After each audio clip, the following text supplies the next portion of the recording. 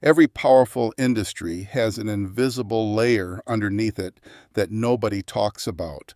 Oil has pipelines, finance has clearinghouses, the internet has data centers, and AI, the most valuable technology race happening right now, has a labor problem nobody wanted to admit out loud. Someone has to train these models, someone has to evaluate the outputs, someone has to sit there and tell the machine that answer was wrong. Try again. Millions of tasks, billions of data points, an endless, grinding, unglamorous need for human intelligence to make artificial intelligence actually work. Most companies were solving this badly, slowly, expensively. Then a 22-year-old dropout from Georgetown, who nobody outside Silicon Valley had heard of, quietly built the infrastructure layer that sits between human labor and AI development. His name is Surya Midha. His company is Mercor, and it's currently valued at $10 billion. This isn't a story about a kid getting lucky. This is a story about someone who saw the hidden plumbing of the AI economy before almost anyone else did, and then became the person who owns it. Before the billion-dollar valuation, before Peter Thiel, before any of it, there was a debate podium at an all-boys high school in San Jose. Surya Midha wasn't just good at debate, he was historically good. He and his partner became the first team ever to win all three major U.S. national policy debate tournaments in a single year. Think about what that actually requires. You're not just memorizing facts, you're constructing arguments under pressure, anticipating what your opponent will say before they say it, finding the weakness in a position and exploiting it in real time. That's not a hobby skill. That's a strategic operating system. And it turns out that exact skill set is what you need to identify a market gap, convince elite investors to fund you, and build a company that moves fast enough to own a category before anyone else shows up. Most people look at Surya Midha's story and start at the money. The actual story starts in that debate room. Here's something worth noting. Surya Midha didn't just happen to be smart. He happened to be smart and grow up in Mountain View, ground zero of the global technology industry. His parents immigrated from New Delhi. They settled in the one zip code on Earth where the dinner table conversation is about startups, funding rounds, and what problem is worth solving next. That's not a small thing. And access to environment is one of the most underrated variables in who builds what. Most people with good ideas never meet the person who can fund them. Most people with ambition never get proximity to the systems they want to disrupt. Midha grew up inside those systems before he even knew what to build. In 2021, he went to Georgetown's School of Foreign Service, studied international relations, interned at the Brookings Institution, did security studies, research, on paper, a clean path toward policy, diplomacy, or government. He left in 2023. And here's the part people gloss over. Leaving Georgetown wasn't impulsive. It was calculated. He received a Thiel Fellowship, a $100,000 grant specifically designed for people under 23 who leave college to build something. Peter Thiel created it on a simple premise. For certain people, at certain moments, university is the slower path.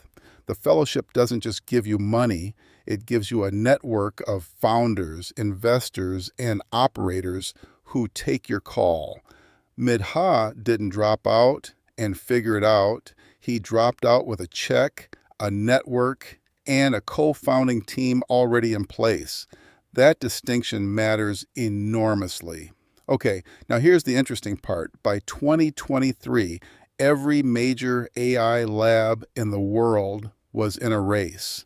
OpenAI had released ChatGPT, Google was scrambling, Meta was open sourcing, Anthropic was raising billions, and every single one of them had the same quiet, unglamorous, structurally annoying problem. To train a large language model, you need human feedback. Humans rating outputs, humans writing examples, humans flagging errors, humans doing what's called RLHF, reinforcement learning from human feedback. Now, this isn't optional, it's foundational. Without it, the models don't improve the right way, but finding qualified people to do this work, people who are smart enough to evaluate complex outputs, available, vetted, and deployable at scale, was a mess. Companies were using patchwork freelance platforms. Quality was inconsistent. Vetting was slow. Scaling was painful. The AI industry was moving at warp speed. Its human labor supply chain was moving at the speed of a 2012 staffing agency. That gap, that specific, structural, embarrassing gap, is exactly what Mercor was built to close. Most headlines describe Mercor as an AI-powered hiring platform. That's technically accurate and almost completely misleading. Yes, Mercor uses AI to screen candidates, conduct automated interviews, and match workers to companies. Well, but describing it that way is like describing Amazon as a website that sells books. What Mercor actually built is a managed labor pipeline specifically optimized for the AI development economy. Here's how it works in practice.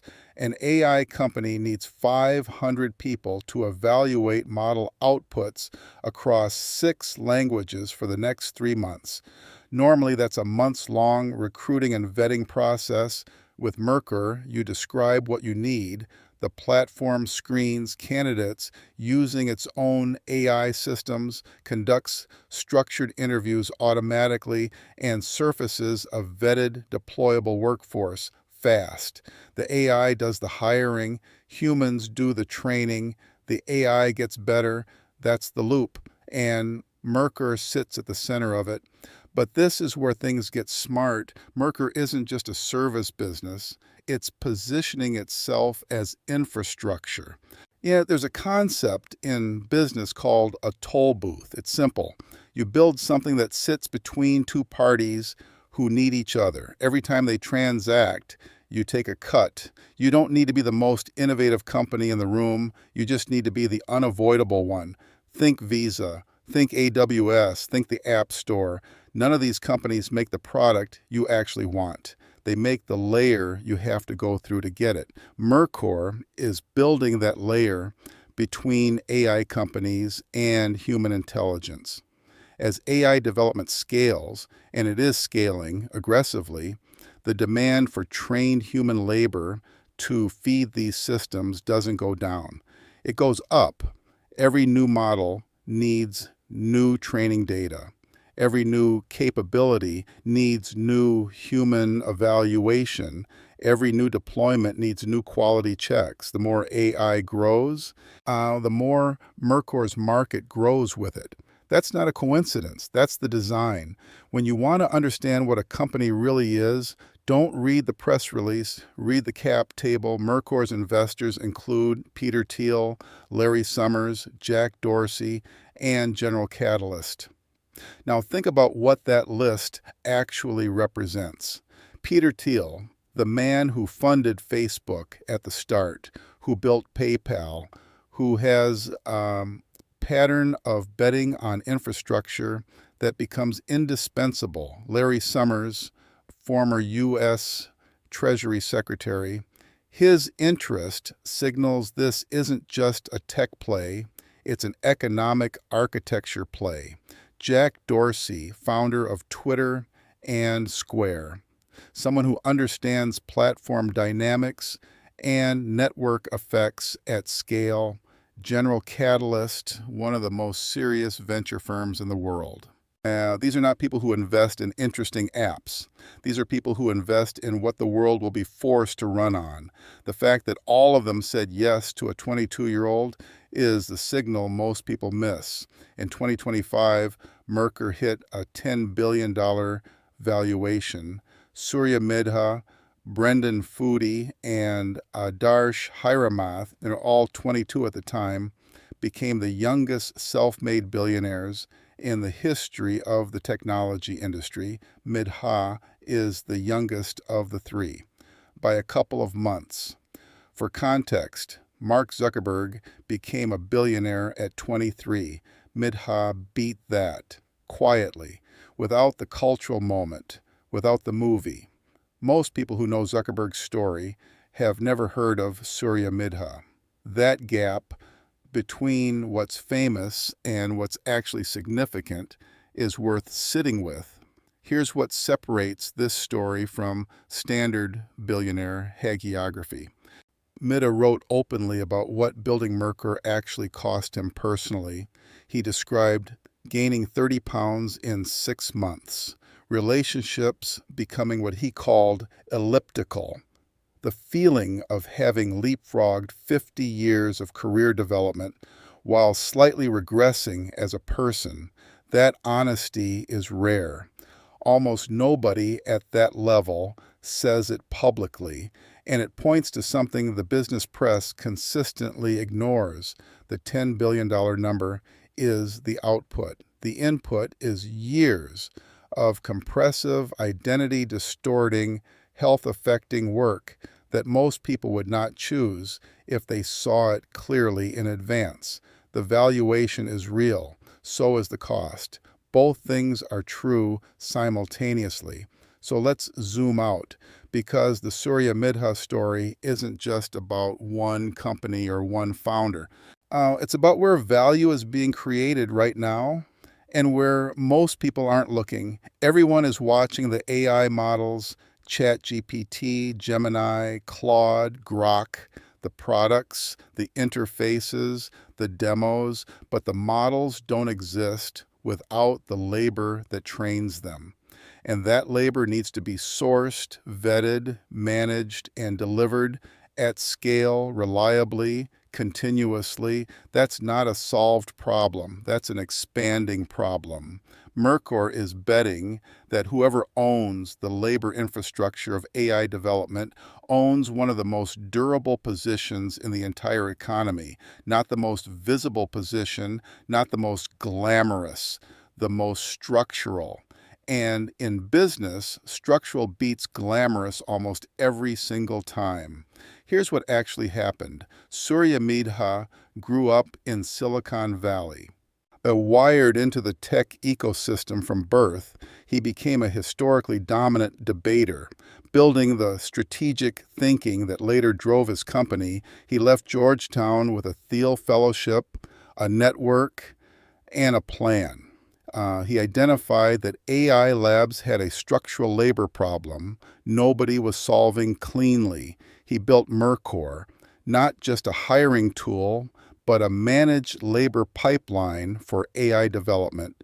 He positioned it as infrastructure, a toll booth between human intelligence and AI systems.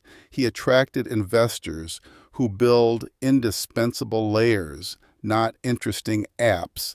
At 22, he became the youngest self-made billionaire in tech history. He admitted publicly what it cost him personally, which almost nobody does, and the market he's in gets bigger every time an AI company ships a new model. The strategy wasn't to build the most exciting AI company. Yet it was to own the layer that every AI company depends on. The most powerful position in any industry is rarely the most visible one. It's the one everything else runs through. Surya Midha didn't try to build the best AI. He built the system that feeds it, and quietly, while everyone was watching the models, he may have built one of the most durable businesses of this decade. If you like breakdowns of the strategies behind modern power plays, subscribe, because there are a lot more of them.